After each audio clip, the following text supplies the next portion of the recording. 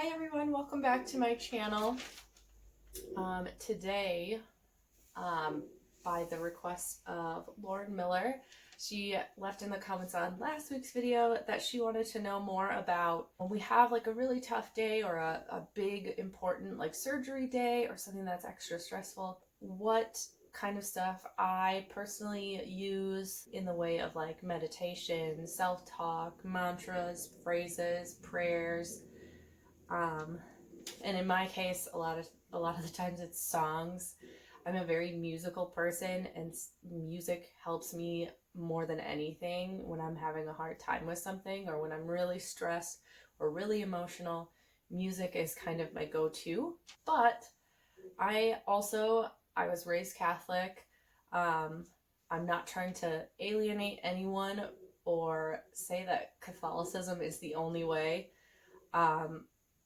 I think that religion is a beautiful thing, and it's very deeply personal, and whatever helps you get through life and get through difficult time, that's important, and that is yours and yours alone, and I don't think anyone has a right to take that from you. So, but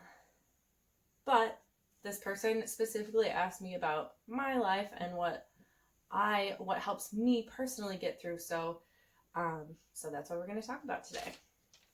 So the number one thing that helped me during multiple different scenarios, I think the thing that I struggled with the most was our experience of going to Boston and going through that procedure there. Because I was a first-time mom. I mean, I didn't know, I was already scared of like childbirth in general. It's dangerous, it's graphic, like I was already scared of that, but then to know that my child was at risk in some way or had some sort of health complication, that was terrifying. Anyways, back to my story. So the first really scary experience for me was going to Boston, and you know, the hard thing about that is when they take you into the operating room, like your partner or your spouse, they can't come with you. So that was hard for me.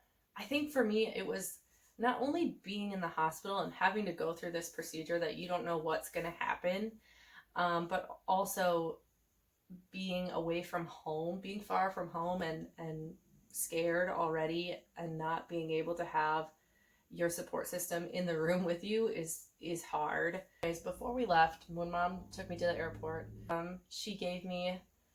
they had ordered like a little baby blanket, and that had arrived, so she was like, take this with you and like snuggle it and get good vibes off it kind of thing. And then she also she has this little prayer book. It's like a pocket-sized prayer book. It's called the Mother's Manual. Her copy she's had, you know, probably since my oldest brother was born. It was like in a Ziploc bag because so many of the pages had like fallen out. She loaned it to me. She's like, I'm gonna need that back. It had some wonderful, like really helpful prayers in it. While I was still being held overnight at the hospital in Boston, I like went on Amazon and found it and ordered it. I think it was only like $7. It's just a small book. So this is the book. Sorry, my light is like glaring on it. The Mother's Manual. There's tons of different prayers in here, just to start off. So like there's stuff for gratitude for conception, thoughts for an expectant mother, prayers for a nursing mother, for happy delivery, for the mother's doctor, prayers for a happy marriage, prayers for your spouse. There's even stuff like prayers for your child in heaven. There's stuff for like when your children are adults, like prayers for your child's success in studies, prayers for a child's wise choice of companions, prayers for a child's choice in a marriage partner, things like that. So it's a cool book, something you can keep like through your whole parenthood. The prayer that helps me, or that I always look at on like surgery days, is this one. It's a prayer for a child in danger of bodily harm. Mother Mary, you know that I am powerless now to be with my child and to offer protection in dangers that threaten. And even if I could be present, there is little that I could do.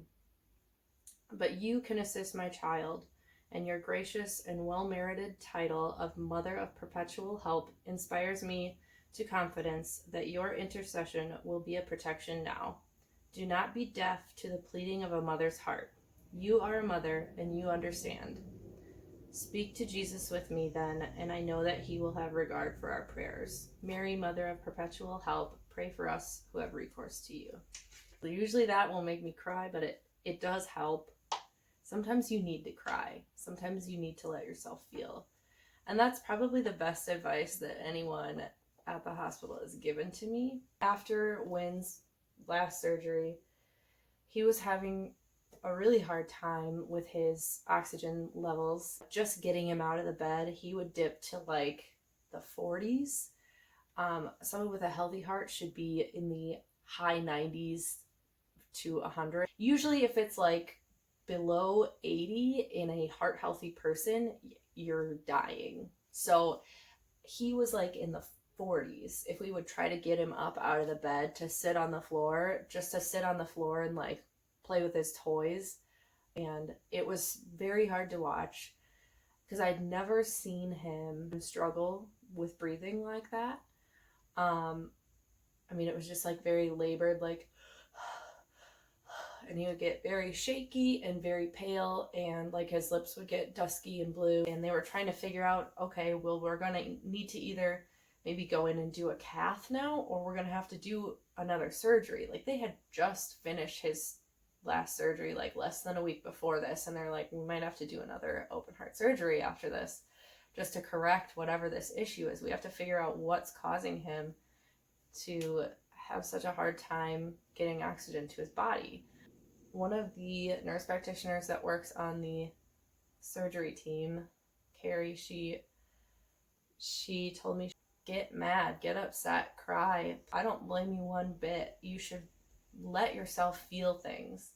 And I think that was the best advice anyone had really given me at that time, because I don't know, you kind of feel this strange obligation to like try and be stronger than you really are. I'm not the one going through this surgery. Like I need to be the strong one. My kid needs me to be the strong one. And it's all hard. None of it's easy. So anyways, if anyone is interested, I'll put the link for where I found it on Amazon in the description box below.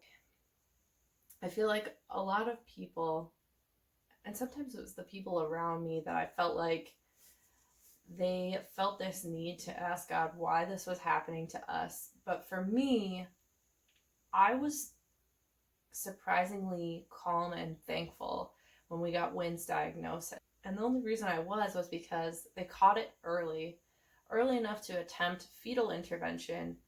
And, you know, like we were put in the hands of all these wonderful doctors, and I'm so thankful every day. I'm amazed that we were that lucky, because what if he had been born, and what if they had never found it? What if they didn't know? And then all of a sudden his open heart surgery was just sprung on us. Like that would have been hard, or worse, God forbid, you know. What if we had taken him home and he stopped breathing? Or I just don't even want to think about it. So I think that knowing all of that really did help strengthen my personal faith, and just gave me this newfound like gratitude for my own health, and that we're able to help Wynn be healthy. Like it was all good things. I guess my thought process is always, I'm not going to ask God why, I'm just going to say thank you. The third thing, like I said, I'm a really musical person, and I've always loved the phrase, when you sing, you're praying twice. There's a few songs that really helped me through like difficult times. I think during this most recent surgery, the song that I kept listening to the most, it's called Details in the Fabric by Jason Mraz. It's the opening of the song that helped me the most. It's literally just him saying, calm down, deep breaths. And it helped a lot. It's more a song about like personal growth and like finding strength in yourself and confidence, but it still helped. It helped me feel strong in a time when I felt like the most helpless. So it was a good thing. The other songs that helped me the most, I know I've mentioned in other videos, but Broken Halos by Chris Stapleton. There's a line in that song where he says, "Don't go looking for the reasons, don't go asking Jesus why. We're not meant to know the answers. They belong to the by and by." Like that has always touched me really deeply.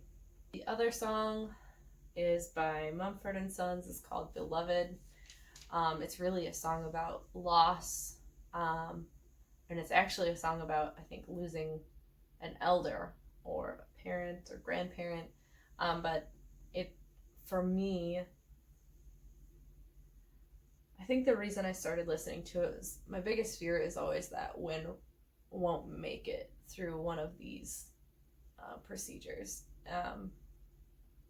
Highly unlikely. I mean, the fatality rate of all of these things is really pretty low. It's not zero, but it's really, really low. In the grand scheme of things, it's low. I don't remember percentages, so I'm not going to try to guess.